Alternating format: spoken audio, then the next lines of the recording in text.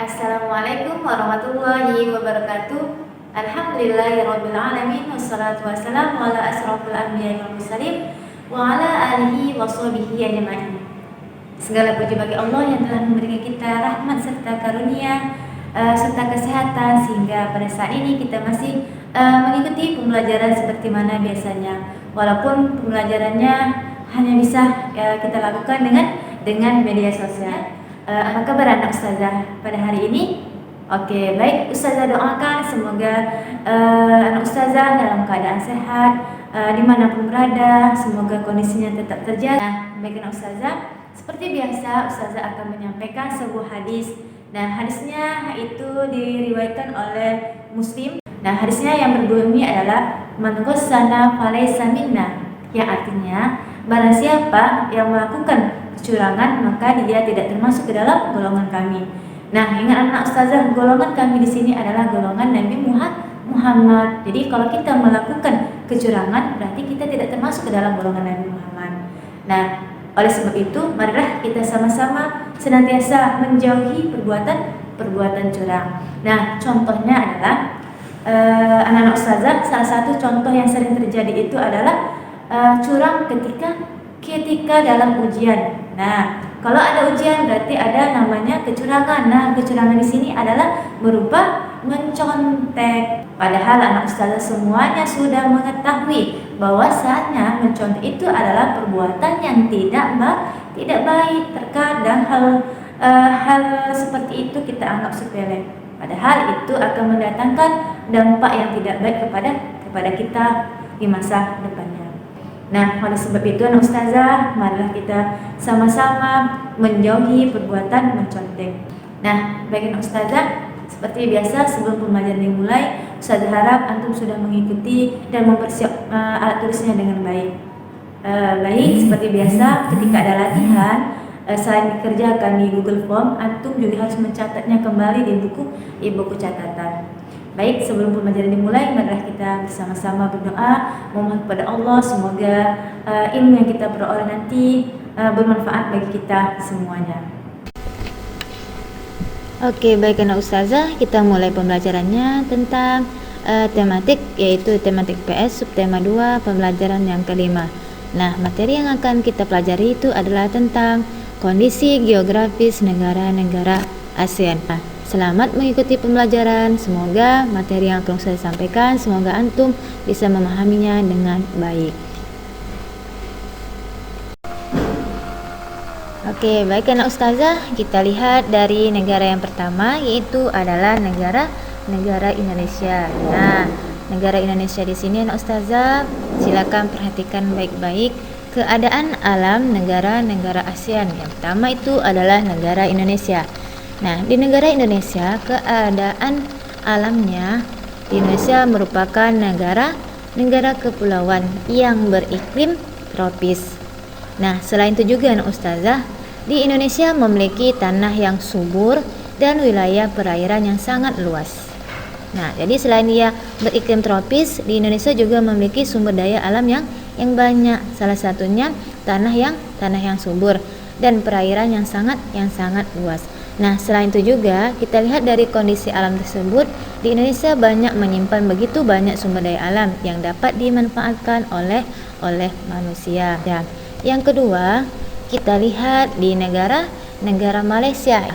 Nah, di negara Malaysia kita lihat keadaan alamnya atau kita lihat dari kondisi geografisnya, yaitu Malaysia beriklim tropis dan memiliki wilayah barat dan wilayah timur. Nah, saya akan menjelaskan tentang keadaan alam di negara Malaysia. Malaysia termasuk negara yang beriklim tropis. Keadaan alamnya tidak jauh berbeda dengan Indonesia. Malaysia juga memiliki gunung, juga memiliki pegunungan, dataran tinggi, dataran rendah, sungai, pantai, tanjung, selat dan laut. Nah, selain itu juga anak ustazah, sebagian besar wilayah Malaysia bagian baratnya terletak pada ketinggian lebih dari 180 meter di atas permukaan air laut dan merupakan bagian dari deretan pegunungan. Nah, pegunungan di sini disebut dengan pegunungan Mediterania. Nah, selain itu juga anak ustazah, di Malaysia memiliki puncak tertingginya. Puncak tertingginya adalah Gunung Tahan. Nah, ketinggian gunung tersebut yaitu mencapai 2190 meter. Dan sungai terpanjang di Malaysia itu adalah Sungai Pahang. Nah, dengan kepanjangan sungainya adalah 450 km. Baik anak ustazah, kita lanjut di negara berikutnya. Itu negara ketiga adalah negara Brunei Darussalam. Nah, anak ustazah, di negara Brunei Darussalam secara umum di sana beriklim tropis dengan curah hujan yang tinggi. Dia memiliki sistem kesuburan tanahnya yang sangat kurang, sehingga untuk pertanian itu kurang subur. Nah, selain itu juga bentuk daratan Brunei Darussalam sebagian besar merupakan tanah datar dan perbukitan rendah. Namun di sana juga memiliki tempat tertinggi. Tempat tertingginya adalah sebuah gunung Pagon. Nah, selain gunung, di Brunei juga memiliki sebuah sungai. Nah, sungainya yang mengalir dari Brunei adalah dinamakan dengan Sungai Brunei dan Sungai Belait. Selain itu juga anak ustazah, Brunei Darussalam ini dia itu terletak di bagian utara Pulau Borneo.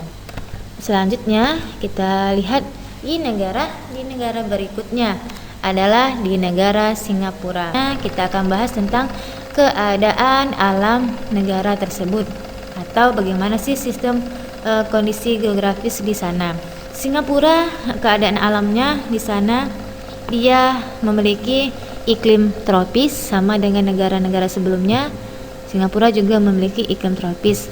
Kemudian di Singapura juga memiliki dua musim, yaitu musim kemarau dan musim penghujan. Nah, sekarang ustazah akan coba menjelaskan. Perhatikan baik-baik anak ustazah. Singapura disebut negara kota karena di wilayahnya kecil dan seluruhnya adalah perkotaan. Sebagian wilayah Singapura merupakan dataran rendah.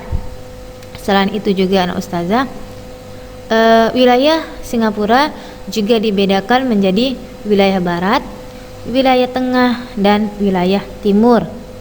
Wilayah baratnya di sana berupa perbukitan dan lembah, sedangkan wilayah tengahnya yaitu berupa perbukitan dengan puncak tertingginya adalah Bukit Timbah. Yang terakhir di bagian wilayah timur Singapura yaitu berupa dataran rendah dan rawa-rawa. Dan ini adalah lambang ataupun bendera Singapura. Keadaan alamnya bagaimana di sana? Thailand ya sama seperti negara yang lain, dia yaitu beriklim tropis dan iklim subtropis.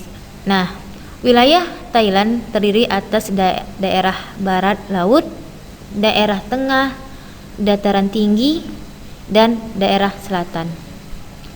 Nah, kalau kita lihat dari daerah barat laut itu merupakan daerah pegunungan. Gunung tertinggi di Thailand itu adalah Gunung Doi.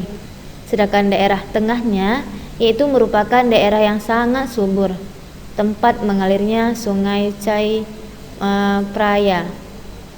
Nah, dan dataran tinggi koratnya yaitu merupakan daerah kurang subur. Nah, selain itu juga anak ustazah, wilayah Thailand terdiri dari daerah pegunungan, dataran tinggi, dan dataran rendah. Nah, inilah gambar bendera Thailand. Selanjutnya kita ke negara yang keenam adalah negara apa ini nak ustazah? Ya, ini adalah negara Filipina. Negara Filipina dia memiliki iklim tropis dan dia juga termasuk sebagai negara kepulauan. Nah, pulau-pulau yang ada di Filipina anak ustazah antara lain adalah Pulau Luzon, Pulau Mindanao, Kepulauan Visayas, Palawan, dan Kepulauan Sulu.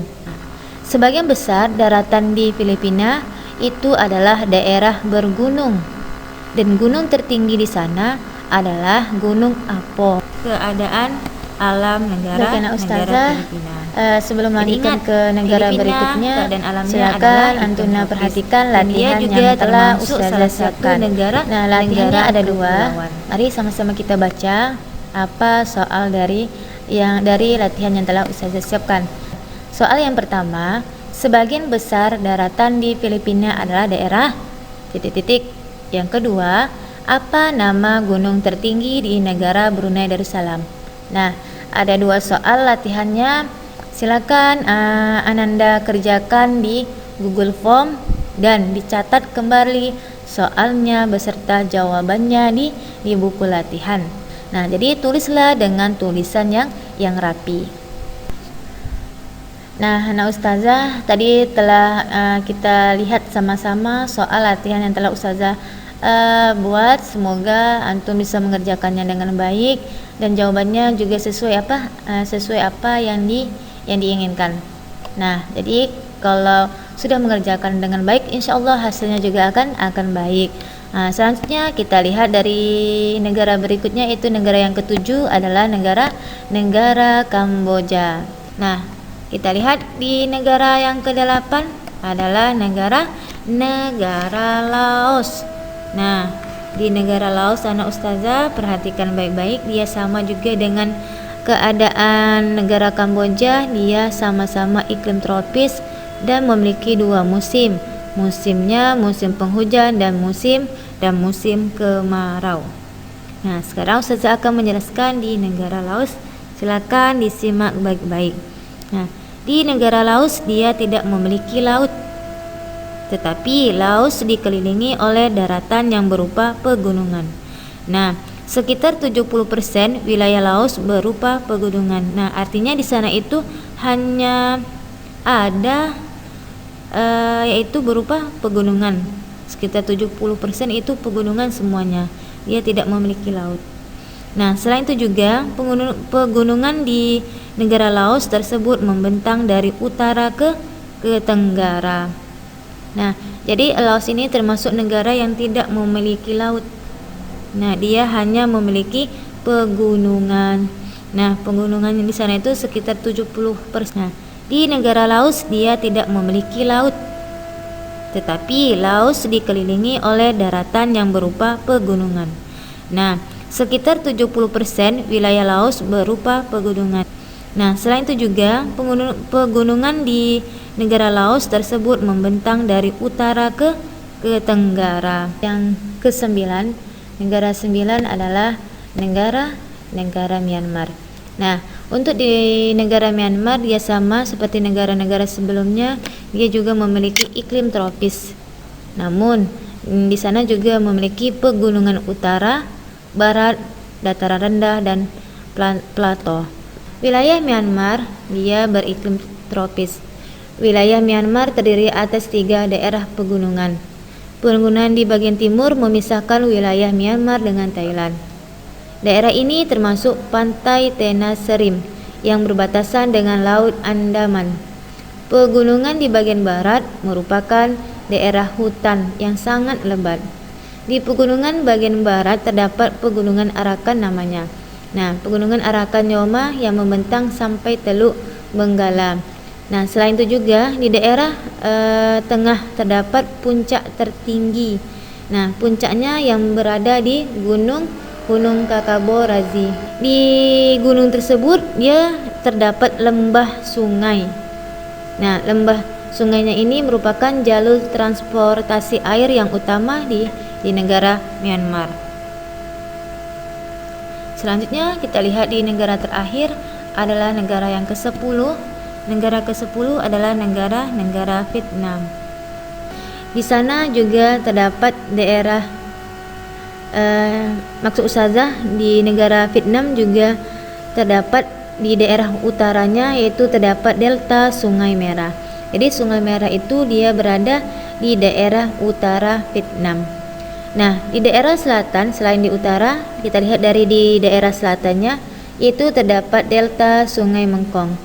Kalau Sungai Merah dia di daerah utara, sedangkan Sungai Mekong dia di daerah selatan. Nah, Sungai Mekong merupakan sungai terpanjang di Asia Tenggara dan puncak gunung tertinggi di daerah Vietnam yang terdapatnya di Gunung Fansipan. Nah, kita lihat dari sebelah utaranya lagi. Nah, di sebelah utara Vietnam terdapat teluk. Teluknya itu seluas 1.500 km per kubik. Teluk yang dikenal di sana itu dengan nama Hang Long Bay. Ini merupakan atau ini memiliki ribuan pulau batu kampur yang letaknya menjulang dari laut. Nah, itulah materi yang bisa Ustazah sampaikan. Mudah-mudahan Anda bisa memahaminya dengan baik. Jika ada yang kurang dimengerti, silakan ditanyakan ke Ustazah. Baik, sebelum pembelajaran kita tutup, marilah kita sama-sama membacakan doa kafaratul majelis. Subhanakallahumma wa bihamdika asyhadu an la ilaha illa anta astaghfiruka wa atubu ilaik. Ustazah akhiri, Assalamualaikum warahmatullahi wabarakatuh.